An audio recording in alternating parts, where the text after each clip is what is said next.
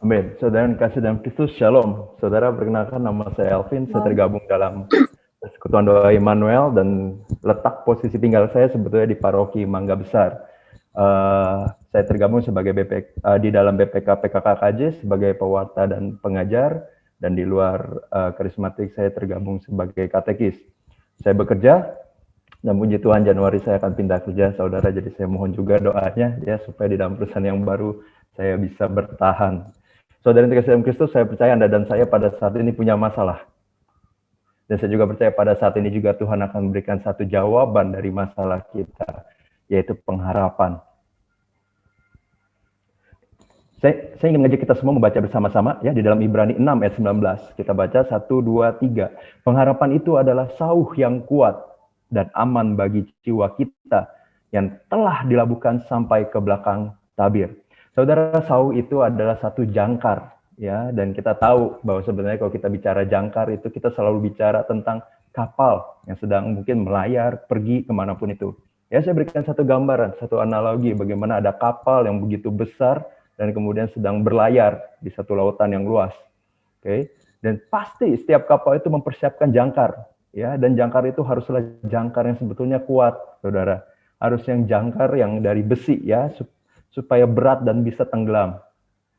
Dan ketika setiap kali perahu tersebut mau berhenti di satu titik, katakan entah istirahat, entah apapun itu gitu ya, tentu di dalam lautan sangat banyak angin, sangat banyak desiran lautan juga, ombak juga yang sangat besar, dan terkadang mungkin ada badai. Dan disitulah seringkali sangat berguna yang namanya jangkar tadi. Dan apa yang harus dilakukan? Karena jangkar berada di belakang kapal, ya tentu harus ditenggelamkan. Artinya harus ada orang yang mengambil jangkar tersebut dan melempar. Nah, ketika jangkar tersebut cukup kuat, ketika jangkar tersebut cukup besar, saudara, dan ketika jangkar tersebut tidak mudah patah begitu, dan pada akhirnya dia sampai ke dalam satu dasar. Nah, disitulah kemudian saya berikan gambaran dasar yang begitu ini ya, banyak batu-batuannya di sana, batuan-batuan besar. Dan ketika jatuh ke dalam dasar yang tepat, nah disitulah kemudian jangkar tersebut akan seakan-akan terikat atau tertahan dari batuan dan karang tersebut. Nah, ketika sudah terikat dan tertahan, disitulah kapal akan bisa santai aja. Ya, meskipun ada angin, ada ombak yang besar, itu dia akan tetap bisa bertahan. Oke, ada goyang-goyang, tetapi tidak sampai terbalik mungkin, tidak sampai hancur. Ya, karena ada kekuatan dari jangkar tadi. Itulah sebabnya di dalam firman Tuhan dikatakan bahwa pengharapan sebetulnya adalah sauh yang kuat, yang artinya adalah pengharapan ini harus kita miliki supaya Anda dan saya, kita bisa bertahan di dalam masalah yang sedang terjadi saat ini. Masalah tidak dapat kita kontrol, tapi reaksi kita dapat kita kontrol. Sauh tadi digambarkan sebagai pengharapan yang kuat, ya, dan kemudian juga kapal sebetulnya adalah satu gambaran dari jiwa kita. Karena di dalam Ibrani 6 ayat 19 tadi dikatakan bahwa pengharapan adalah sauh yang kuat dan aman bagi jiwa kita. Berarti bagi pikiran kita, bagi perasaan kita. Perasaan dan pikiran kita akan banyak diterpa oleh masalah, akan banyak tekanan, akan banyak negative thinking, tetapi dengan adanya pengharapan, dengan adanya jangkar yang kuat, yang berat ya, ada syaratnya ya, harus kuat, berat, dan cukup panjang. Baru kemudian nanti ketika jangkar tersebut masuk ke dalam dasar lautan, dia akan dapat menjadi satu pegangan yang kuat. Ibrani 6 ayat 19 juga tadi dikatakan adalah ketika pengharapan itu adalah jangkar, adalah sauh yang kuat dan aman, yang telah dilabuhkan di belakang tabir. Yang artinya di belakang tabir di sini adalah bait Allah. Bait Allah itu yang nyata sebetulnya seperti apa ya? Yesus. Jadi bagaimana pengharapan ini sendiri, ya, pengharapan ini sendiri harus dilabuhkan ke belakang Yesus. Pengharapan adalah satu keinginan akan sesuatu, satu kerinduan akan sesuatu, itulah pengharapan. Yang pada saat ini belum terjadi, mungkin nanti akan terjadi, atau mungkin nggak terjadi. Tetapi kenyataannya ada satu kerinduan yang diinginkan. Yang dimaksudkan Ibrani tadi adalah satu sauh yang kuat, yang telah dilabuhkan, ya, yang telah dilabuhkan ke belakang tabir. Artinya adalah bagaimana kita harus punya satu kemauan, kerinduan untuk bersama-sama dengan Yesus. Nah, ini sangat berbeda sekali ya. Pengharapan ini sangat berbeda sekali dengan keinginan duniawi. Kalau kita bicara keinginan duniawi, mungkin itu bisa diibaratkan suatu jangkar, ya, jangkar yang kuat juga, yang besar juga, tapi mungkin dilemparkan ke satu dasar lautan yang tidak ada batu karangnya gitu. Jadi meskipun dia sampai ke dalam dasar tersebut tidak ada kail, tidak terikat sama sekali, dan tetap kalau anginnya kuat segala macam akan tetap terdorong itu kapal.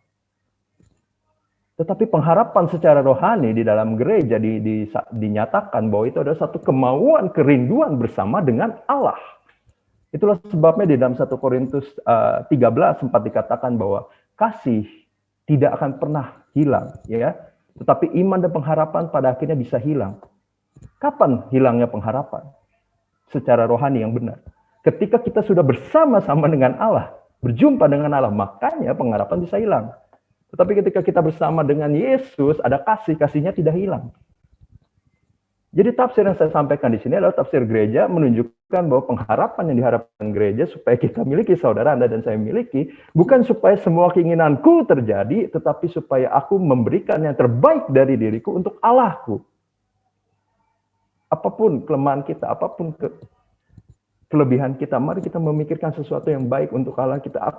Saya mau bersama-sama dengan Allah. Saya mau menyenangkan hati Allah. Inilah yang akan menjadi satu kekuatan yang luar biasa di dalam masalah apapun. Ya, ada apa sih pengaruhnya? Tadi saya sudah sempat sharingkan ya. Jadi saya selalu sampaikan bahwa jangkar ini harus kuat. Bagaimana kalau jangkarnya tidak kuat?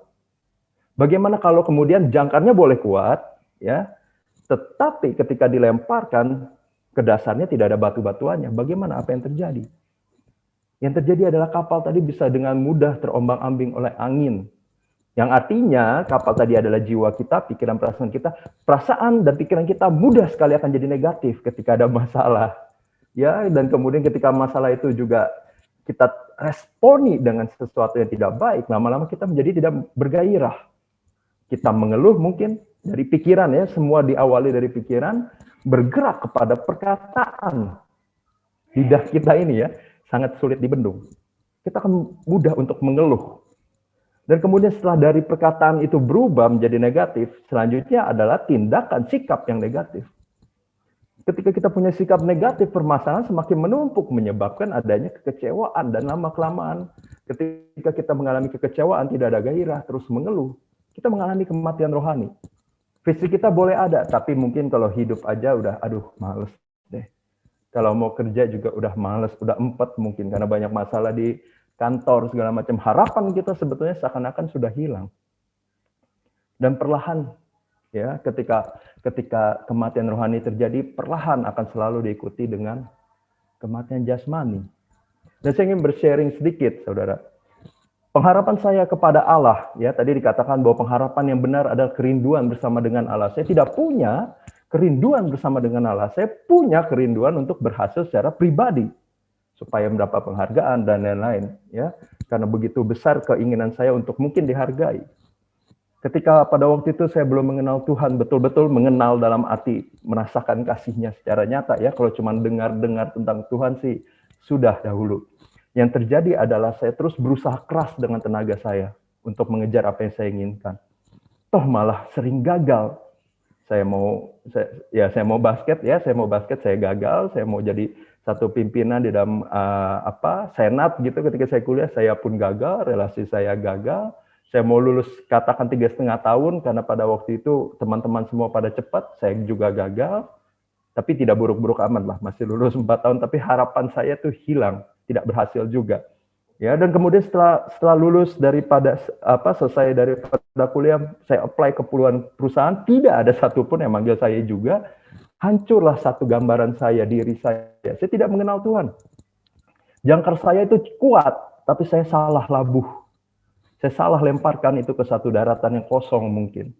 Saya kejar itu yang namanya harta, tahta, kenikmatan. Dan yang terjadi hanyalah kekecewaan, kekosongan, kehampaan. Sampai pakai kuasa gelap sekalipun ketika saya mendapatkan hal tersebut, tidak ada kebahagiaan. Disitulah saya mengalami kematian rohani yang semakin besar. Sakit, penyakit, semuanya muncul, saudara. Jadi ini adalah penggambaran bagaimana penting sekali untuk kita punya pengharapan yang benar di dalam Tuhan. Kita harus memiliki jangkar yang kuat di dalam Tuhan. Dan kita harus juga memilih arah di mana jangkar itu mau kita labuhkan. Karena meskipun kita punya semangat, kita punya kepercayaan yang kuat, tetapi kita salah arahkan. Katakan kita ingin satu kesembuhan cepat, kita ingin hal-halnya instan, mukjizat harus terjadi. Jika tidak ada mukjizat, tidak ada kasih Tuhan. Berhati-hatilah saudara, karena mungkin sama seperti saya akan terjadi kekecewaan. Dan sangat sulit saya mengampuni Tuhan pada waktu itu, karena saya sudah hidup di dalam dosa. Jangkar juga saudara, kalau misalkan sudah lama begitu ya, terikat di satu batu-batuan yang salah misalkan, ya itu akan sangat sulit untuk dicabut. Yang artinya keikatan akan keinginan itu akan sangat kuat. Harus betul-betul dipatahkan, harus betul-betul ada pertobatan di sana.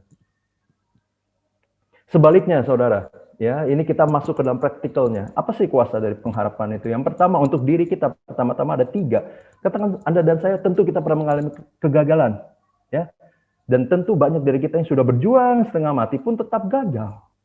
Tetapi bagi orang yang punya pengharapan, dia ingin untuk bersama dengan Tuhan, dia tahu kegagalan itu bukan akhir. Tetapi apakah dari kegagalan ini saya dapat menemukan hikmah? Apa sih yang harus saya lakukan lebih baik supaya Tuhan saya bahagia? Bukan supaya kemauan saya terwujud, tetapi supaya Tuhan saya kebahagia. Dan ketika kita mengejar itu, saudara, akan ada pemulihan secara rohani. Dan tidak mungkin apa yang kita inginkan secara duniawi pun ditambahkan. Kemuliaan yang lebih besar menanti. Kedua, contohnya ketika kita menderita, ya saat memikul salib bersama Tuhan, kita sudah melayani Tuhan, malah dibicarakan di belakang, malah dianggap remeh, apa segala macam. Banyak hal-hal yang tidak menyenangkan, ya seakan-akan terjadi ketidakadilan. Tetapi bagi semua yang mengerti, bagi semua yang berharap kepada Tuhan, beda cerita. Oke, saya menderita, tetapi saya tahu pada waktunya semua penderitaan saya akan digantikan dengan penepatan janji daripada Tuhan. Kita bisa lihat Yusuf, saudara. Kita bisa lihat Yusuf bagaimana dia butuh waktu yang begitu panjang, mungkin 15-an tahun. Dari ketika dia mendapatkan mimpi daripada Tuhan sampai dia akhirnya boleh menjadi orang kedua di Mesir. Dan bahkan dia menyelamatkan orang-orang yang jahat kepada dia. Saudara-saudaranya yang mau membunuh dia.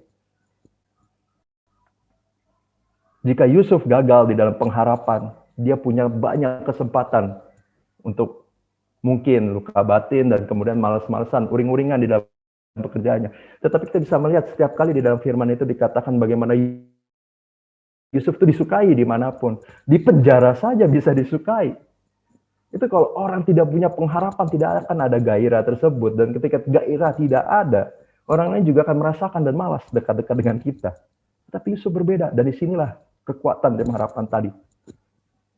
And the good news. Dan kabar baiknya apa? Waktu, ya Yusuf 20 tahun setengah mati begitu, banyak ketidakadilan.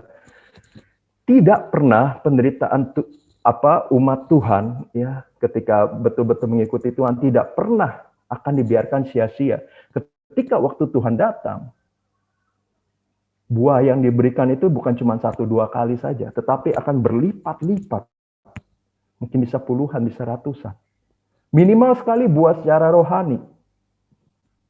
Dan sangat banyak kemungkinan, banyak sangat cerita dan kesaksian, buah jasmani atau buah-buah yang hal-hal yang diinginkan pun bisa diberikan.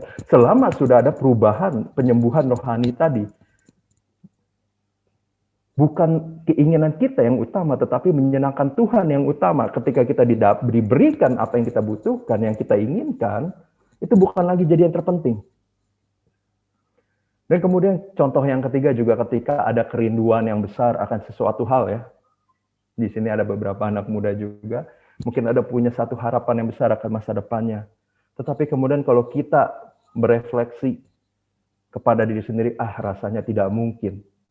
Syukur kalau kita saja yang merasa tidak mungkin. Bagaimana kalau kemudian orang tua kita juga bicara, ya kamu tidak mungkin, tidak akan bisa. Kamu ceroboh, kamu bla bla bla. Begitu banyak yang mungkin meremehkan dan membuat jati diri kita seakan-akan jadi orang yang gagal. Dan ini semua tidak akan dapat mempengaruhi orang yang berpengharapan. Karena dia tahu pengharapan dia kepada Tuhan, Tuhan yang akan membela. Dan orang yang berpengharapan tidak akan terlalu fokus kepada hasilnya, dia akan berfokus kepada proses. Banyak sekali mungkin, termasuk saya, saudara, terlalu berfokus kepada hasil, tidak berfokus kepada proses, menyebabkan saya kecewa. Seharusnya saya gunakan kesempatan, kekuatan yang saya miliki, pikiran yang saya miliki untuk berpikir, apakah saya sudah melakukan yang terbaik untuk Tuhan? Jika sudah, saya percaya ada saatnya Tuhan akan berkenan memberikannya. Tuhan mampu kok. Dan dia tidak menahan-nahan berkatnya. Jadi di sini kita bisa melihat bagaimana orang yang berpengharapan teramat sangat bisa selamat bertahan dalam masalah apapun. COVID pada saat ini bagi orang yang berpengharapan juga akan melihat bahwa COVID tidak akan selamanya, akan ada hal baik yang nanti muncul. Tetapi yang menjadi penting adalah saat ini, detik ini, apa yang Tuhan mau di dalam diri kita untuk kita kembangkan. Ya, kalau saya secara pribadi, saudara, saya merasa bahwa Tuhan minta saya untuk lebih ke dalam keluarga saya. At least, saya sering nyuci piring sekarang. Ya, dulu tidak pernah begitu, karena saya pikir, ya sudahlah, sudah ada pembantu, segala macam, saya juga bantu-bantu dalam biaya pembantu, gitu, saya tidak mau terlalu capek lah. Tetapi kemudian karena COVID ini tidak ada pembantu, ya sudah, saya nyuci-nyuci piring. Mungkin memang masih belum disiplin, tapi ada progres dari yang tadinya begitu apatis, tapi ada tindakan. Ya saya tidak tahu apa yang terjadi nanti dengan pekerjaan saya, cuma saya punya waktu, saya mau melayani apa yang dititipkan. Dan saya bisa bahagia. Oke. Ini yang terakhir saudara, kekuatan dari pengharapan, dan ini sangat-sangat penting karena saya percaya banyak di dalam yang hadir di sini bukan lagi hanya umat, tetapi seringkali mungkin sudah juga pelayanan, bahwa pengharapan yang kuat bahkan dapat menyelamatkan orang lain di sekitar kita. Tadi contoh yang paling nyata adalah Yusuf, ya, bagaimana Yusuf dijahati oleh saudaranya, tetapi kemudian pada akhirnya dia dapat menggenapi rencana Allah di dalam dirinya dapat tergenapi karena dia punya pengharapan yang kuat kepada Allah. Dia tidak bergumul, dia tidak luka batin. Dia mungkin ada luka batin, tetapi dia dapat menyembuhkannya, dia dapat bersama dengan Tuhan melangkah bersama. Dan pada akhirnya dia dapat menolong orang-orang yang bahkan menyakiti dia, yang sebetulnya orang yang paling dia kasihi, ya, saudara-saudaranya. Dan dia dapat menolong ayahnya. Kalau kita lihat dalam kisah Yusuf, dia sampai menangis luar biasa. Dan lebih hebat lagi, Yusuf berkata begini, aku bersyukur kepada Tuhan. Karena dia izinkan aku melewati ini semua supaya aku dapat menyelamatkanmu suatu hari pada saat ini. Yusuf bisa merubah semua negatif, pengalaman negatif menjadi sesuatu yang disyukuri. Pengharapan dapat merubah suatu tes, ujian, menjadi testimoni, kesaksian yang dapat menyelamatkan banyak orang. Kemarin saudara, saya dengan teman-teman mengadakan satu perkumpulan lah begitu, komsel juga secara online, dan kemudian ada satu orang yang bersaksi. Orang ini bukanlah orang yang wow secara duniawi, tetapi saya percaya semua yang melihat dia akan bilang dia wow secara rohani.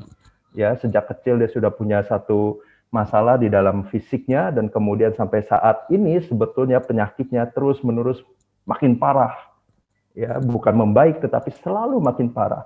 Orang tuanya, dia sudah menjadi yatim piatu, orang tuanya juga sudah meninggal ketika dia masih kecil. Masih di dalam masa-masa sekolah seperti itu. Dari kecil sampai sekarang dia terus dibully, saya percaya itu. Karena banyak kekurangan di dalam dirinya. Wajahnya pun tidak seperti orang normal. Karena banyak mengalami permasalahan. Mata kirinya sudah buta, saudara. Tetapi yang menarik adalah di dalam kesaksian kemarin ketika saya cuma mendengarkan apa yang dia sampaikan. Tidak saya tanyain, tidak saya apa. Dia dapat berkata, puji Tuhan, puji Tuhan, puji Tuhan, puji Tuhan. Dan itu sangat menggetarkan hati saya. Kok bisa ya dia berpuji Tuhan seperti itu? Dia tidak hilang pengharapan akan Tuhan. Dia tidak hilang apapun fisik dia pada saat kondisi dia apa yang nyata di saat ini. Seakan-akan itu tidak membuat dia down.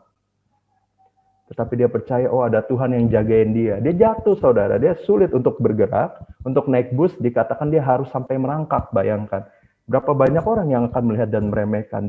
Dan dia juga sampai jatuh, dia katakan. Ketika turun daripada bus. Hampir kelindes mikrolet, katanya. Tapi puji Tuhan lah, sampai sekarang tidak pernah kenapa-napa, masih hidup. Saudara, di situ saya melihat pengharapan yang kuat. Dan saya merasa tergetar juga, maksud saya. Ya saya normal, di sini saya normal, justru saya sering kali jatuh, tidak punya pengharapan. Mereka yang disabilitas punya satu kekuatan yang besar. Dan saya pun terberkati dengan kesaksiannya. Dan itulah sebabnya pengharapan ini amat sangat kuat, dan saya mengajak kita semua untuk mengejar pengharapan tadi. Fokus kepada apa yang Tuhan inginkan, bukan apa yang tampak dengan mata duniawi. Kemudian ada satu permasalahan. Ya, masalahnya memiliki harapan yang kuat, jangkar yang kuat, dan menentukan kemana kita melabuhkan jangkar kita. Dua poin tadi itu semua adalah pilihan kita. Mazmur 42 ayat 11 sampai 12. Di situ pemazmur berkata, "Mengapa engkau tertekan, hai jiwaku, dan mengapa engkau gelisah dalam diriku? Berharaplah kepada Allah, sebab aku bersyukur lagi kepadanya, penolongku dan Allahku." Ya, sama seperti perahu tadi, ketika dia ingin stop, dia harus ada orang yang harus melemparkan jangkar, harus ada tindakan, harus ada keputusan. Di sini Daud menunjukkan bagaimana dia juga mengambil keputusan. Mungkin jiwanya lagi stres, lagi down, tetapi dia katakan, "Mengapa engkau tertekan? Mengapa engkau gelisah?" Dia malah bertanya ke diri sendiri. Artinya di sini ada kekuatan roh di dalam dirinya yang memampukan dia mengendalikan pikirannya. Dan diarahkan kepada apa? Berharaplah kepada Allah. Dan inilah kuncinya, saudara, bahwa memang sulit berharap dalam permasalahan, tetapi mungkin ketika kita berada dalam kuasa roh. Dan dikatakan di sini sebab dia malah bersyukur kepadanya, Allah penolong dan Allahku. Dua keputusan yang besar yang perlu kita lakukan supaya kita dapat memperoleh kuasa daripada kekuatan, daripada pengharapan ini. Yang pertama adalah kita harus berusaha tadi menjadi jangkar yang kuat. Menjadi jangkar yang kuat, apa sih dasar daripada jangkar? Mungkin besi ya, besi yang berat begitu ya, bukan kayu. Kalau kayu ya sulit, akan ngambang. Tetapi kalau besi, dia mungkin bisa sampai ke bawah. Kemudian analogi ini kita samakan dengan apa sih dasar daripada harapan? Ibrani 1 ayat 1. Iman adalah dasar dari segala sesuatu yang kita harapkan. Artinya imannya harus diperkuat ketika kita kehilangan harapan, negatifnya itu terlalu kuat. Iman kita yang harus kita bangun. Bagaimana caranya? Kita baca bersama-sama di dalam Ratapan 3 ayat 21. Tetapi hal-hal inilah yang kuperhatikan, ya, berarti ada usaha untuk memperhatikan sesuatu. Oleh sebab itu aku akan berharap. Tak berkesudahan kasih setia Tuhan, tak habis-habisnya rahmat-Nya. Selalu baru tiap pagi, besar kesetiaan-Mu. Artinya di dalam ratapan ini kita diajak untuk mari kita ingat kembali apa saja yang Tuhan lakukan luar biasa di dalam diri kita. Mungkin sebelum-sebelumnya alami kembali yang selalu saya sampaikan, mari kita alami kembali kasih mula-mula. Tapi tidak bisa, Vin, tidak bisa, sulit sekali. Untuk dapat mengalami kasih mula-mula, saya itu lagi tertekan, saya itu lagi bermasalah. Ya sudah, jika memang sangat-sangat sulit, bagi mereka yang punya bahasa roh, berdoalah dengan bahasa roh. Karena itu akan menolong kita. Oh, saya tidak bisa bahasa roh, segala macam. Ya sudah, datanglah ke Romo, minta pengakuan dosa. Sakramen pertobatan akan sangat menolong kita. Ya memang sedang COVID, tetapi tetap ada beberapa Romo yang melayani di dalam hal ini. Dan saya secara pribadi saya memberi kesaksian bagaimana di dalam beberapa bulan ini sebenarnya saya betul-betul tertekan. Ya, sampai doa saya terjawab lah katakan. Dalam prosesnya saya tertekan, kemudian saya jatuh dalam dosa, saya cari pelarian-pelarian yang tidak baik. Kemudian bagaimana saya bisa bangkit lagi? Pergi, cari Romo. Setengah mati juga saya cari, supaya akhirnya bisa mengakui kelemahan. Dan kemudian roh tadi menolong saya kembali. Dan kemudian di dalam Ratapan 3 ayat ke-25, Tuhan adalah baik bagi orang yang berharap kepadanya, bagi jiwa yang mencari Dia. Adalah baik menanti dengan diam pertolongan Tuhan. Jadi setelah kita mengalami kembali tadi kasih mula-mula, mengusahakan merasakan kembali kasih Tuhan, kita perlu mengambil satu keputusan untuk mengenali Tuhan kita. Untuk percaya kepada Tuhan, bahwa ya Tuhan ada dan Dia tidak memperlambat berkat-berkat-Nya. Bagi jiwa yang mencari Dia, Dia baik, Dia ada. Dia tidak akan memperlambat berkat-Nya. Pengharapan juga bicara mengenai keterbukaan hati. Mungkin ada masalah-masalah yang sebetulnya yang terjadi dalam diri kita bukan karena rencana Allah, tetapi karena kemauan kita. Dan disitulah kita perlu terbuka. Ketika saya percaya Tuhan baik, di situ jadi pertanyaan balik untuk saya. Kenapa saya mengalami hal-hal tidak baik? Tuhan baik, kenapa saya mengalami hal-hal tidak baik? Mungkin saya ada salah. Dan mari kita berefleksi bersama-sama dan terbuka. Ya, kemudian di dalam Roma 5 ayat 5 ini adalah bicara mengenai keputusan kedua yang harus dilakukan untuk memperoleh satu kuasa dari pengharapan tadi. Kita baca bersama-sama Roma 5 ayat 5, dan pengharapan tidak mengecewakan karena kasih Allah telah dicurahkan di dalam hati kita oleh Roh Kudus yang telah dikaruniakan kepada kita. Pengharapan tidak mengecewakan, ya, pengharapan kepada Allah tidak mengecewakan. Artinya di sini jelas dikatakan bukan keinginan pribadi.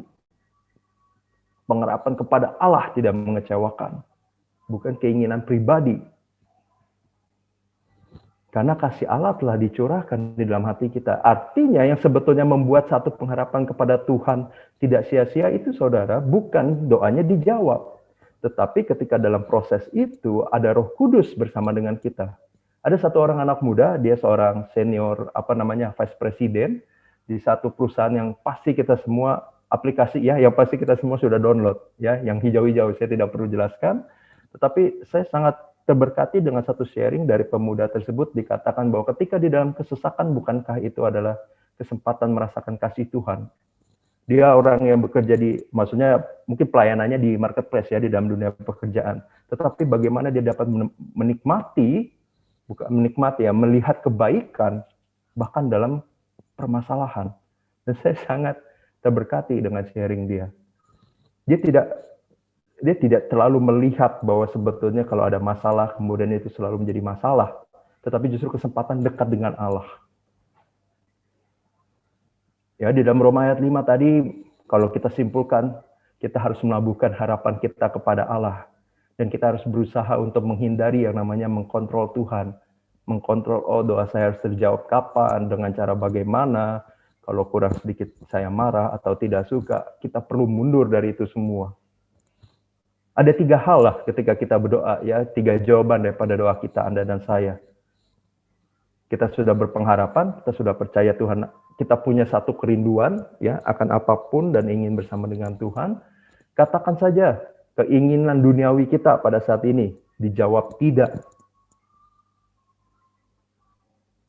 Ketika kita bicara bahwa kita mau melabuhkan harapan kepada Allah, artinya kita pasti akan mau merefleksi. Kalau Tuhan tidak berikan, kenapa? Mungkin Tuhan akan siapkan yang lebih baik. Mungkin saya yang belum siap menerima berkat, saya harus bertobat. Mungkin saya yang tidak menghargai Tuhan, motivasi hatiku mungkin salah. Tapi pada akhirnya, mari kita bersama-sama bangkit bersama Tuhan. Yang artinya jawaban Tuhan tidak, juga ujungnya baik. Akan ada proses yang menyakitkan, tetapi kemudian akan berakhir dan berujung baik. Ketika keinginan kita, ya, keinginan duniawi kita, katakan, di Tuhan jawab belum. Bagi orang yang berpengharapan tadi, percaya kepada Tuhan, dia akan berefleksi kepada dirinya. Oke, belum dijawab. Mungkin saya diminta untuk setia tanpa syarat. Ya, karena setia dengan syarat itu tidak perlu mengenal Yesus, ya. Tidak perlu masuk dalam persekutuan doa. Setia dengan syarat itu mudah. Kalau dapat yang kita mau itu mudah. Dan kemudian kita, orang-orang tersebut juga akan mulai merefleksi. Yang tadi saya katakan, mungkin ada kesalahan dalam menangkap jawaban Tuhan. Karena Tuhan tidak pernah memperlambat berkatnya, mungkin saya, Anda, dan saya sedikit salah dalam menangkap jawaban Tuhan. Atau memaksakan kehendak kita sehingga kesannya Tuhan diam saja. Dan yang ketiga, ketika kita berdoa, ketika apa yang kita doakan itu tidak mungkin terjadi, bagi orang yang berpengharapan dan percaya kepada Tuhan, dia tetap akan berdoa. Dia tetap akan melakukan baik. Tuhan yang supranatural akan memberikan jika memang itu yang terbaik, saudara. Dan oleh sebab itu, saudara, saya akan menutup pertemuan pewartaan pada kali ini dengan satu kesimpulan yang sederhana. Mari Anda dan saya, kita menjadi jangkar yang kuat. Ya, jangkar yang kuat, dan mari kita labuhkan jangkar kita ini hanya kepada Allah. Apapun yang terjadi, jawaban doa belum dijawab, keinginan kita belum diberikan atau tidak diberikan, mari kita minta Roh Kudus memampukan kita menerima hal tersebut dan bisa menyenangkan hati Tuhan. Dan pada akhirnya, saya mengajak kita semua, mari semua tes yang kita hadapi pada akhirnya boleh menjadi satu testimoni yang indah untuk Tuhan. Dan orang lain boleh merasakan kasih Tuhan. Amin. Kalau boleh ada waktu, kita berdoa sebentar. Saya akan pimpin, ya, di dalam nama Bapa dan Putra dan Roh Kudus. Amin. Allah Bapa di dalam surga, terima kasih Tuhan Kau telah kumpulkan kami semua pada saat ini. Bapa, kami ingin memohon Roh Kudus-Mu pada saat ini boleh menguasai kami pribadi lepas pribadi. Dan sebelum memohon itu, kami ingin bersatu hati dan mengakui semua kesalahan kami Tuhan di hadapan-Mu, karena sebetulnya kami tidak layak untuk hadir ke hadapan-Mu. Saya mengaku kepada Allah yang Maha Kuasa dan kepada saudara sekalian bahwa saya telah berdosa dengan pikiran dan perkataan, dengan perbuatan dan kelalaian. Saya berdosa, saya sungguh berdosa. Oleh sebab itu saya mohon kepada Santa Peron Maria, kepada para malaikat dan orang kudus, dan kepada saudara sekalian, supaya mendoakan saya kepada Allah Tuhan kita. Bapa di dalam surga, Engkau yang paling mengerti Tuhan apa keinginan duniawi kami pribadi lepas pribadi. Bapak, jika apa yang kami butuhkan itu, apa yang kami inginkan tersebut baik untuk kami mohon izinkanlah kami memperolehnya. Tetapi jika apa yang kami inginkan adalah tidak baik untuk diri kami Tuhan, pada saat ini kami bersatu hati dan kami mohon Roh Kudus-Mu turun atas kami. Terutama mampukan kami untuk dapat menerima rancangan-Mu. Dan tidak hanya menerima rancangan-Mu dengan terpaksa Tuhan, mampukan. Kami mohon Roh Kudus mampukanlah kami untuk dapat menerima dengan sukacita. Karena kami percaya ketika kami tidak mendapatkan yang kami inginkan, yang lebih baik sudah disediakan. Dan tidak hanya baik, tetapi teramat sangat baik. Kami boleh tidak mendapatkan yang kami inginkan pada saat ini Tuhan, tetapi kami percaya yang sangat-sangat besar dan baik sudah pasti kami dapatkan nanti. Dan untuk mimpi-mimpi kami Tuhan, jika Engkau lihat itu keinginan kami ada sesuatu yang baik, namun teramat sangat sulit untuk menjadi kenyataan. Bapa, tolong berikanlah Roh Kudus memberikan kami satu semangat untuk berfokus kepada prosesnya Tuhan. Mungkin ada keluarga kami yang sakit dan kemudian kami harus mendoakan mereka. Setahun tidak sembuh, 2 tahun tidak sembuh, 3 tahun tidak sembuh. Tapi kami tahu itu adalah untuk Engkau Tuhan. Kami mohon penguatan-Mu pada saat ini bangkit. Bangkitkan jiwa kami kembali. Agar kami tidak stop dan dapat menyelesaikan dengan baik. Mampukanlah kami Tuhan untuk memiliki kesetiaan yang tanpa syarat tadi. Sama seperti Yesus yang bahkan mati untuk menggenapi rencana-Mu Tuhan. Bunda Maria, Bunda Kristus, kami mohon semua doa-doa kami boleh disalurkan Bunda kepada Tuhan kami Yesus Kristus, Putra-Mu sendiri Bunda. Dan kami berterima kasih karena Bunda terus mendoakan kami pribadi lepas pribadi. Santo Santa pelindung kami pun berterima kasih karena sampai saat ini Santo Santa kami terus melindungi dan mendoakan kami kepada Tuhan kami. Para malaikat kudus kami juga mohon kekuatan supaya ketika kami memiliki pikiran yang negatif, mungkin pikiran yang bukan daripada Tuhan, yang ingin menghancurkan hubungan kami dengan Tuhan, kiranya bolehlah berperang bersama kami dan izinkanlah kami bersama-sama dengan para malaikat boleh mengalami kemenangan atas godaan-godaan tersebut. Semua doa yang penuh dengan kekurangan ini kami ingin satukan dengan satu doa yang diajarkan oleh Tuhan kami Yesus Kristus. Bapa kami yang ada di surga, dimuliakanlah nama-Mu, datanglah kerajaan-Mu, jadilah kehendak-Mu di atas bumi seperti dalam surga. Berilah kami rezeki pada hari ini dan ampunilah kesalahan kami, seperti kami pun mengampuni yang